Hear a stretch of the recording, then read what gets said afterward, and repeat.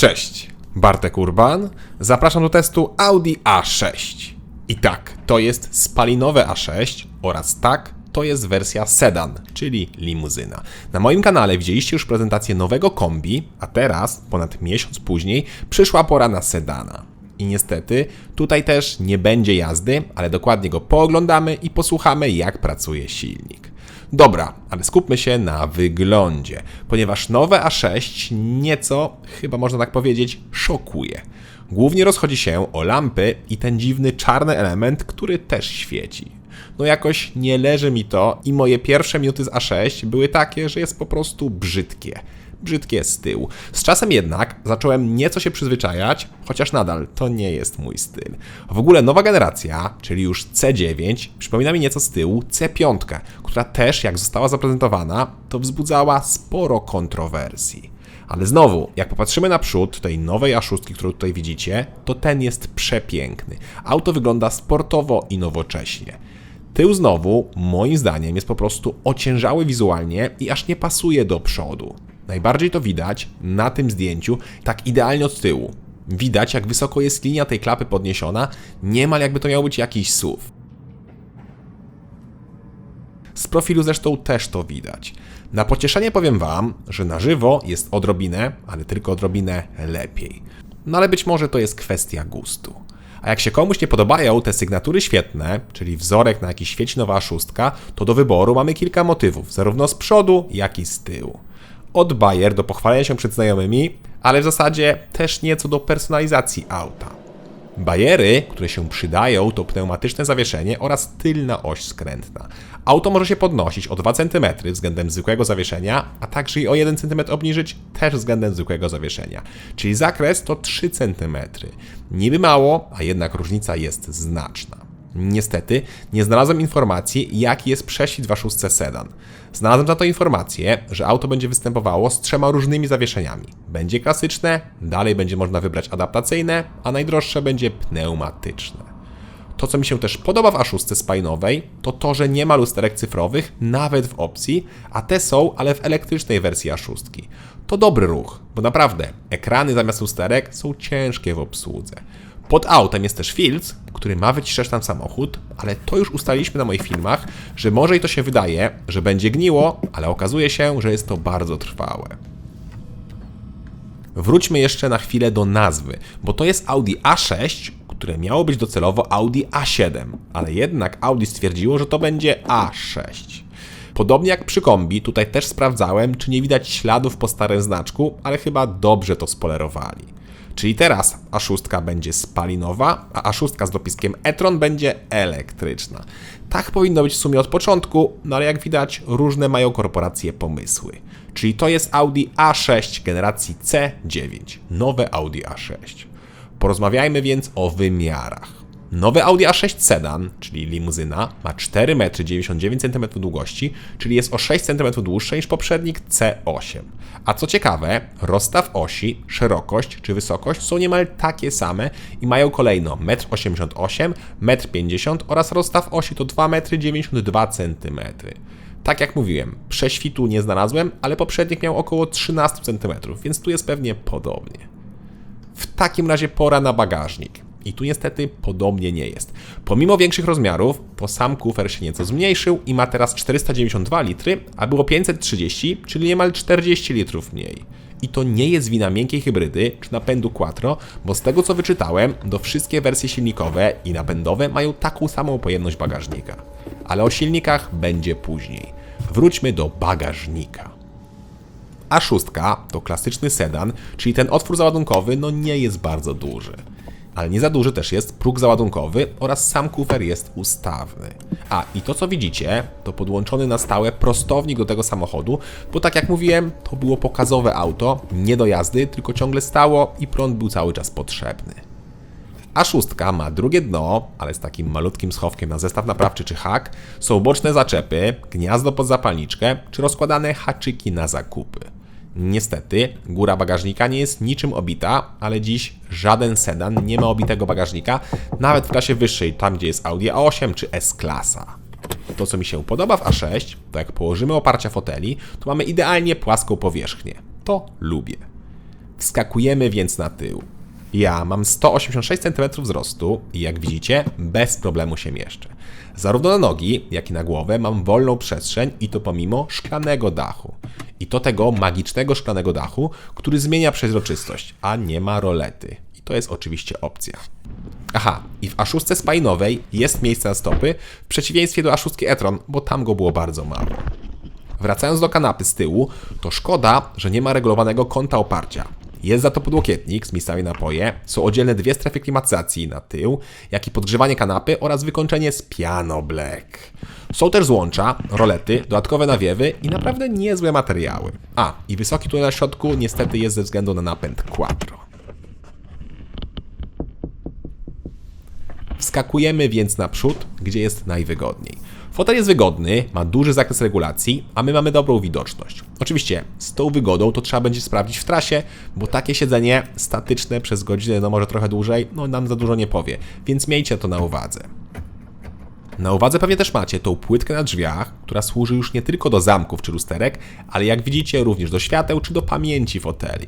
I z nią jest jeden problem, bo przez to teraz rączka do tych drzwi kierowcy jest bardzo szeroka i jak ktoś ma małe rączki, to się źle to zamyka.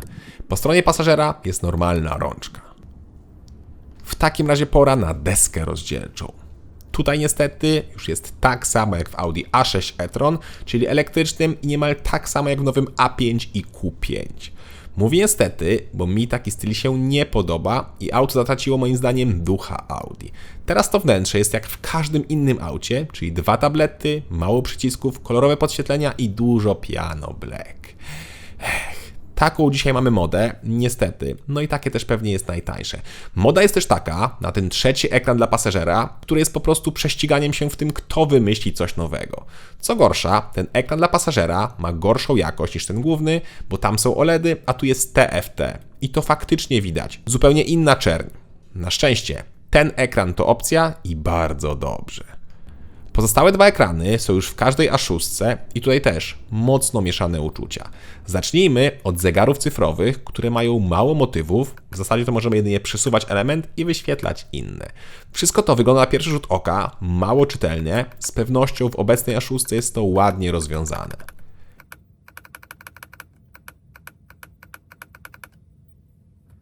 Ekran główny też nie zachwyca i mamy klimatyzację już tylko na ekranie. Na szczęście wszystko działa w miarę dobrze, a jak są przycięcia, to te są naprawdę minimalne. Tylko tu znowu, te grafiki są jakieś takie mało nowoczesne, albo takie mam wrażenie.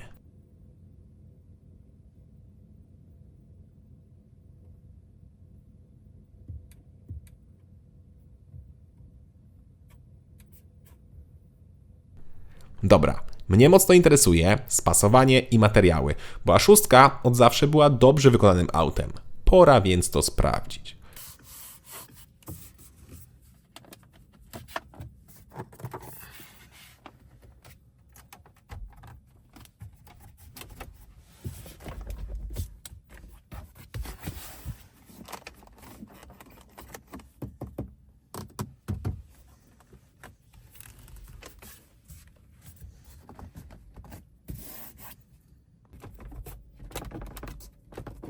Pod względem spasowania jest moim zdaniem bardzo dobrze, niemal nic nie skrzypi, nawet jak mocno macałem. Mam nadzieję, że podczas jazdy też tak będzie. Najgorszy jednak jest tunel środkowy z ogromną ilością Piano Black oraz same materiały też momentami są takie jakby tanie, w poprzedniej A6 wydawały się lepsze. Mam wrażenie, że dzisiaj producenci mocniej skupiają się na kolorkach w kabinie niż na jakości spasowania i materiałach. Jak widzicie, w A6 też można zmienić oświetlenie, które idzie przez całą szerokość auta w kabinie, a nawet nieco na tunelu środkowym. To, co też nie do końca mi się podoba, to te przyciski na kierownicy, które są haptyczne. Dobra, to pora na schowki i zaglądamy pod maskę.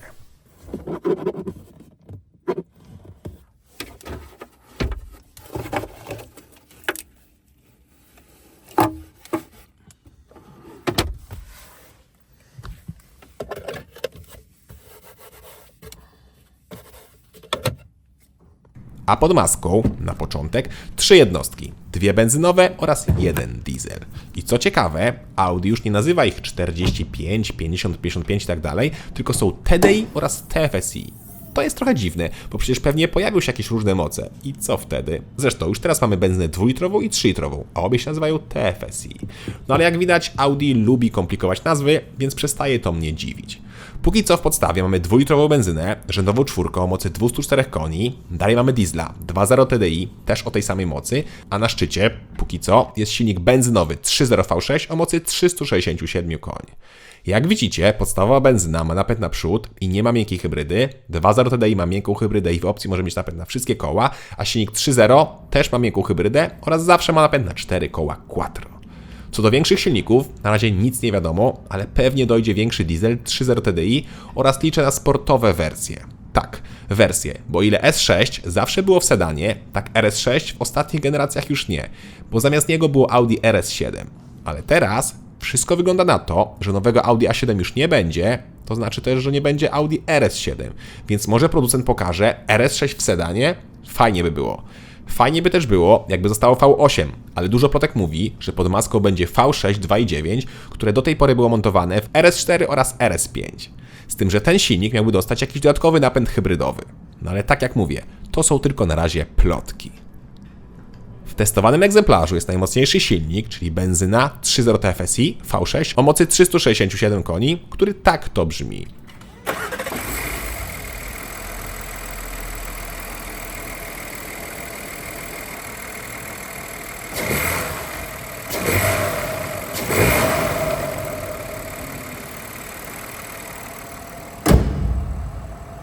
Słychać, że to więcej niż 4 cylindry oraz słychać wtryski jak w każdym nowym benzynowym samochodzie. Auto ma też miękką hybrydę, która jest bardzo ciekawa, bo ona działa niemal jak zwykła hybryda, bo jest ona oddzielnym bytem i można nawet chwilę napędzać na samym silniku elektrycznym i na nim jechać. Zresztą ten silnik elektryczny ma 23 konie oraz 230 Nm oraz baterię 1,7 kWh, czyli całkiem sporo jak na miękką hybrydę. Sporo to jest koni, bo tutaj jest 367, a to daje katalogowe 4,7 sekundy do pierwszej setki. A to jest postęp, bo poprzednia generacja z tym samym silnikiem potrzebowała 5 sekund na pierwszą setkę. Niestety, hala, w której nagrywałem, była za krótka, żeby to sprawdzić, więc musimy poczekać z pomiarami. Posłuchać za to możemy już teraz wydechu.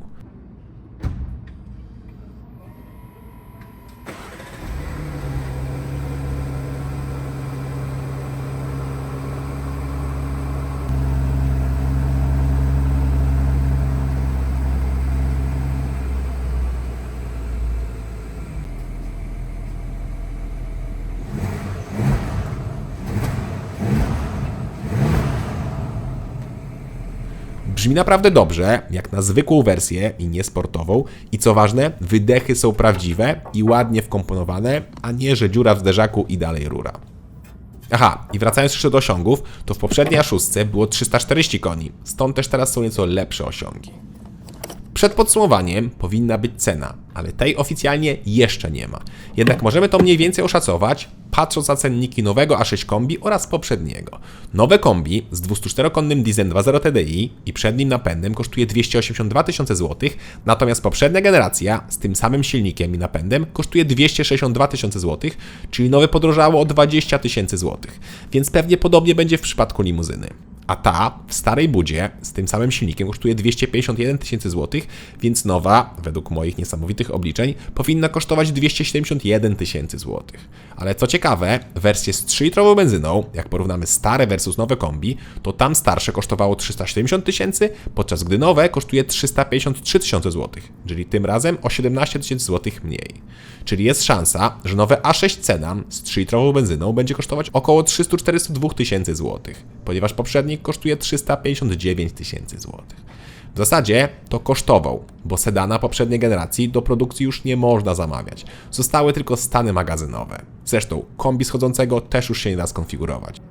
A jak podsumuję nowe A6 w sedanie? No cóż, na pewno cieszę się, że auto jednak będzie nazywało się A6, a nie A7, tak samo jak i cieszę się, że są normalne silniki. Mam nadzieję, że 3-litrowy diesel też tutaj się pojawi, a może i V8? Kto wie. Z wyglądu z tyłu, no tak do końca się nie cieszę, ale to jest przecież kwestia gustu. Najbardziej żal, że wnętrze jest takie tabletowe i nijakie. To znaczy nie wygląda jakby to było Audi, tylko wygląda jak z każdego innego nowego samochodu. Od mnóstwo tabletów i niestety średnia jakość plastików oraz żal mi tego, że deska rozdzielcza jest taka sama jak w niższych modelach, czyli Audi A5 czy Q5, a jednak A6 powinna być o jeden poziom wyżej od tych modeli, bo to klasa wyżej. Aha, no i tak jak mówiłem, chyba ponowna zmiana nazwy z A7 na A6 oznacza, że nowej A7 w takim kształcie jak do tej pory było już nie będzie. A szkoda. A co do A6 limuzyna, to czekam na jazdy. Wtedy będzie można wydać większy wyrok. A wam jak się podoba stylistyka tego Audi? Ładne z tyłu czy nie? Piszcie w komentarzach. Cześć!